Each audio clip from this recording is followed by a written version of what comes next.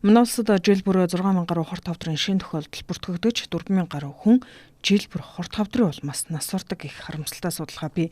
Эдгээрийн дийлэнх нь хожуу шатанд онцлогдож байгаа нь цаг хугацаа алдсныг, хэтэрхий тоомжиргүй явж ирснийг баталдаг.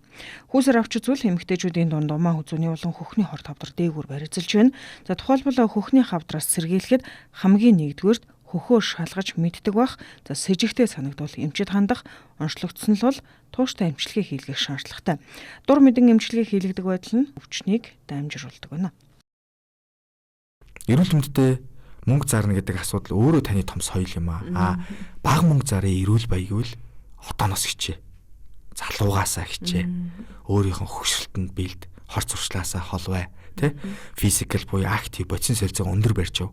Ойлгосон тий. Дээрэс нь яг бас би хортой хавдрын менеж хийгээд яг нөгөө эмчилгээ дууссан өвчтнүүдэд бас нэг юм илүү зүгээр яг санал болгодог. Мацаг барьц сур гэдэг.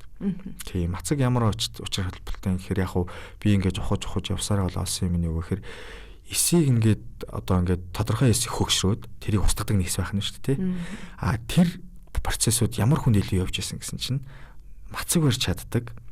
Одоо тэр эсийн өсөглөн гэдэг юмыг те бидээ авч чаддаг хүмүүс байгаад байсан ба. Одоо та нар ингээд бодохоор сонсоор энэ нөгөө бясалгал хийж байгаа хүмүүс одоо бас баг хоолж юмс их урт насалдаг гэдэг энэ олон үндэслэлтэй байхгүй. Гэтэ хүнд мацаг бол биш шүү те. Хөнгөн мацаг өөрөөр хэлбэл 7 хоногийн нэг өдөр л нэг те өглөөнөөс өглөө 8-аас оройн 12-ны хүртэл те ус уугаад тодорхой хэмжээнд тэр өдрөө магадгүй актив ажил багтай энэ төр яг тэр өдрөө ч юм уу. Ингэж явбал их зүгээр байдаг.